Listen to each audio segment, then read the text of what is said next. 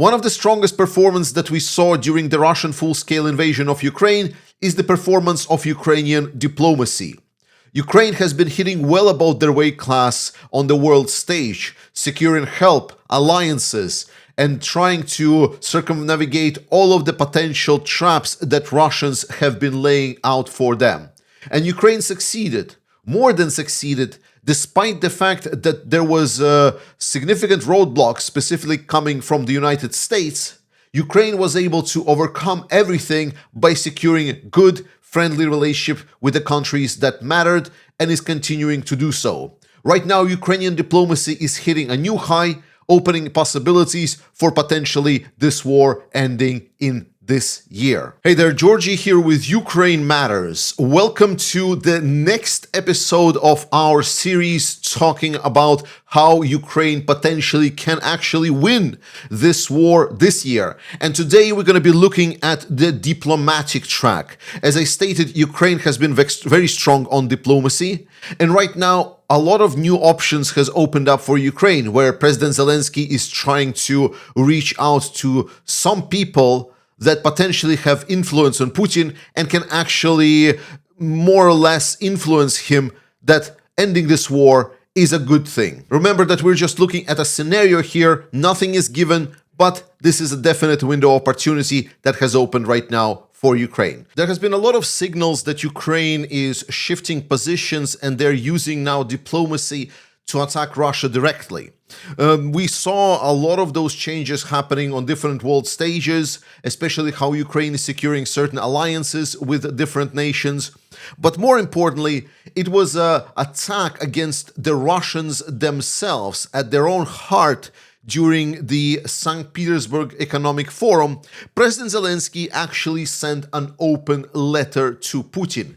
Now, it's a lengthy letter.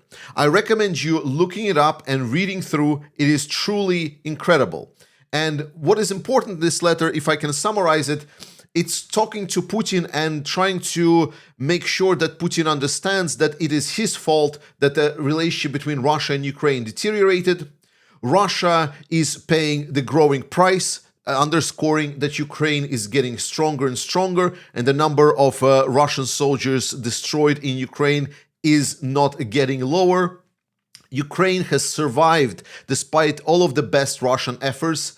And right now, despite all of the help that Russia is getting from China and North Korea, it is not really helping Russia that much. And the fatigue in Russia is growing. President Zelensky underscores that Ukraine is ready to end this war. And here I want to note that I saw some commenters around this talking that this is some kind of a new position of President Zelensky. It is not. President Zelensky has always, since day one of the Russian invasion, proposed that this conflict should be negotiated diplomatically. Now, whether this would be good or bad for Ukraine, that's a whole another question, but President Zelensky's position has not changed. End the hostilities, let's talk. That has been consistent all throughout this years. What President Zelensky did not agree is all of the proposals coming from Russia or the United States, which is just surrender and then maybe we will find something that could suit you, maybe, I don't know. Reality is President Zelensky is not ready to capitulate because why would he? And President Zelensky underscores that yes, Ukraine is doing well and we will continue resisting Russia, but we're ready to end the war. But if Putin refuses, then it's only gonna get worse. And what's interesting here is not what Putin actually responded about this letter. The interesting is all of the things surrounding this letter, the sort of a subtext that was there. And there are a couple of layers that we need to take apart. The layer number one is the fact that Putin just acknowledged Zelensky. That already was pretty bad for Putin. Now, Putin, especially at the start of the war, he didn't see Ukraine as an entity. Some people will argue he still doesn't see Ukraine as an entity that has some agency. But we need to understand that for dictator and how he was portraying it, Zelensky is basically nobody. Like, the only job that Zelensky should do is basically shine his shoes here. So when Putin started addressing the letter of Zelensky, and even more than that, addressing him by the name Zelensky, which he is very, very sentimental about this. For example, the one of the biggest opposition leaders, which I don't believe is an opposition leader, but still, opposition leader to Putin was Navalny. He on purpose never called Navalny by his name for years. For years he would evade. He would call him that person or the German patient after Navalny got transported to Germany to recover from the poisoning. So Putin is very sentimental on these things. So him addressing Zelensky by the name is sort of a big deal in some small circles. But more importantly, everyone was expecting that Putin is going to reject this letter. And who was expecting it first and foremost was President Zelensky.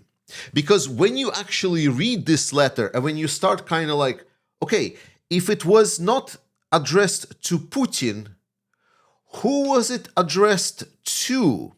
And the answer came in just a little bit later. But before we continue, I would like to once again remind that we are continuing our fundraiser for the Ukrainian armed forces that are giving the space necessary for Ukrainian diplomacy to actually thrive. So support Ukrainian armed forces, but we are continuing on with the episode. Because the target audience for President Zelensky's letters was the Russian oligarchy. It turned out that while Putin is rejecting the state of the Russian economy, the state of their front lines, there are plenty of people in Russia that do understand that. And even if maybe they don't care about Ukrainians or regular civilian lives, they are caring for potential issues inside of Russia that could bring an end to their empires. They already are suffering from the sanctions, and the atmosphere across the world towards Russia has not been the best. But now it turns out that in May, President Zelensky had a surprise guest, one of the Russian oligarch Abramovich, who is a part of Putin's system. He is not like some kind of outlier. And Abramovich came in as an envoy to Ukraine from Russian, essentially, oligarchy. Yes, they asked for permission from Putin to come and talk with President Zelensky.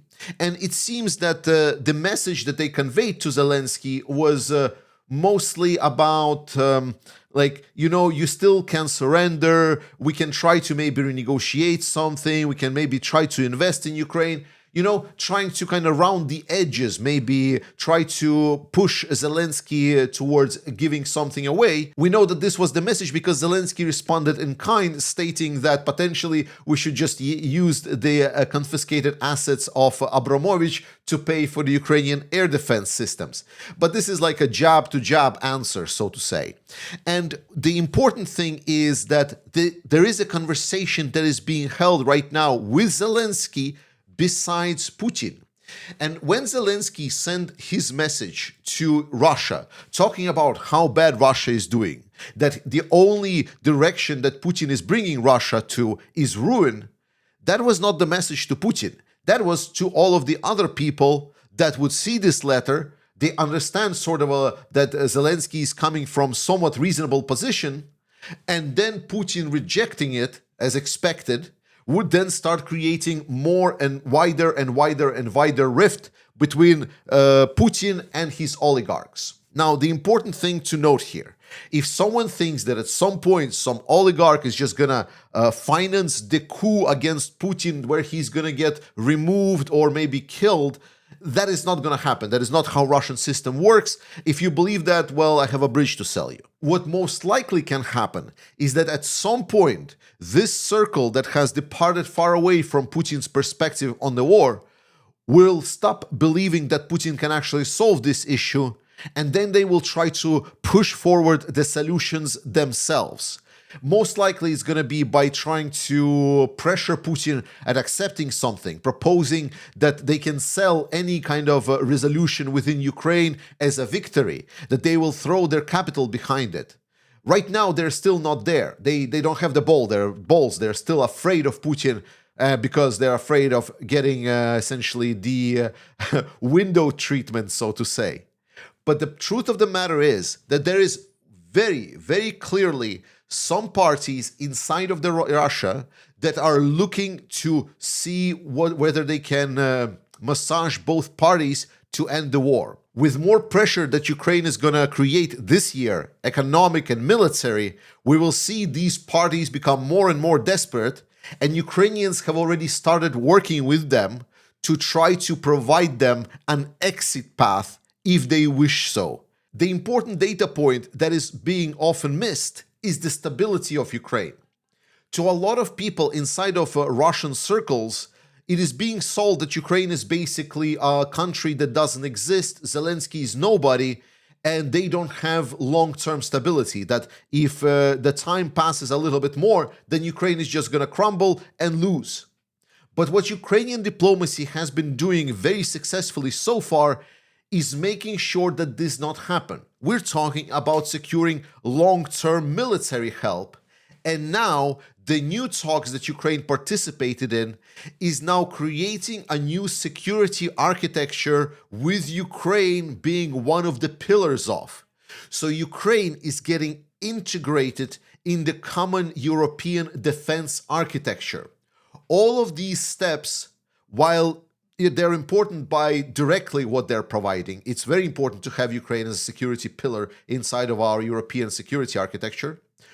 But more importantly, this underscores the message to all of these people that can have influence on Putin that Ukraine is not going away anywhere, that there is enough money behind Ukraine, that there is enough weapon behind Ukraine, that there is enough innovation behind Ukraine, that there is enough political will behind Ukraine, that there is enough long-term commitments behind Ukraine.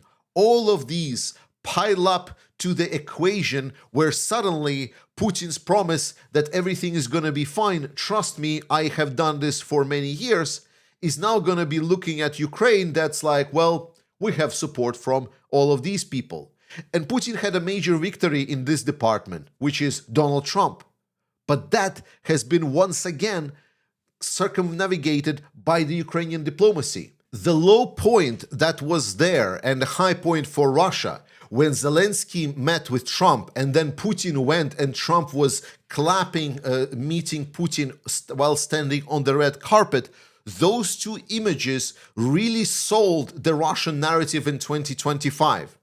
But now Trump is preoccupied with different things. He is now in a mess of his own creation and he doesn't know what to do.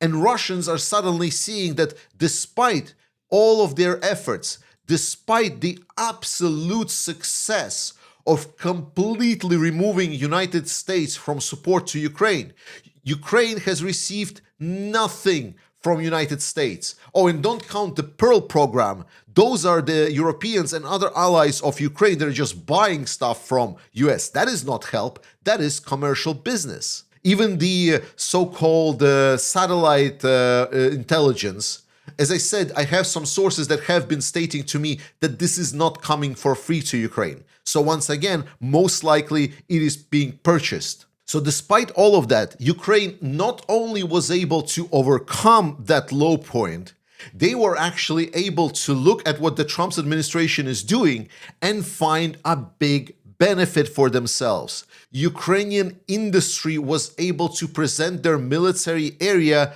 to the world and state, we are the best. And now Ukraine is no longer just the aid receiver, they're now a security provider, including to some of the pretty nice nations inside of the Middle East that have plenty of oil money and are ready to send that oil money to Ukraine for their services and their drones. And this is big improvements for Ukraine. Once again, long-term commitments, goodwill from the neighboring states, and securing their position on the global market. Ukrainian diplomacy is very strong. They have the message that Ukraine is not going anywhere. And they have found the channel and some of the willing ears inside of Russia that are ready to potentially influence Putin. Now, it's going to depend a lot on what's going to happen on the front line, right? But arguably, if the situation that is currently persists, and Russian economy, for example, will suddenly see that the oil prices go down, And suddenly all of these proposals that Ukraine is putting on a table to the people around Putin, maybe they start getting more incentivized to actually pressure the grandpa to accepting the reality. The next video will cover the potential economic victory that Ukraine can achieve, but I think you already see some of the outlines here. Thank you so much for watching this video. I love you. Slava Ukraini, trust in Ukrainian armed forces, and I will see you next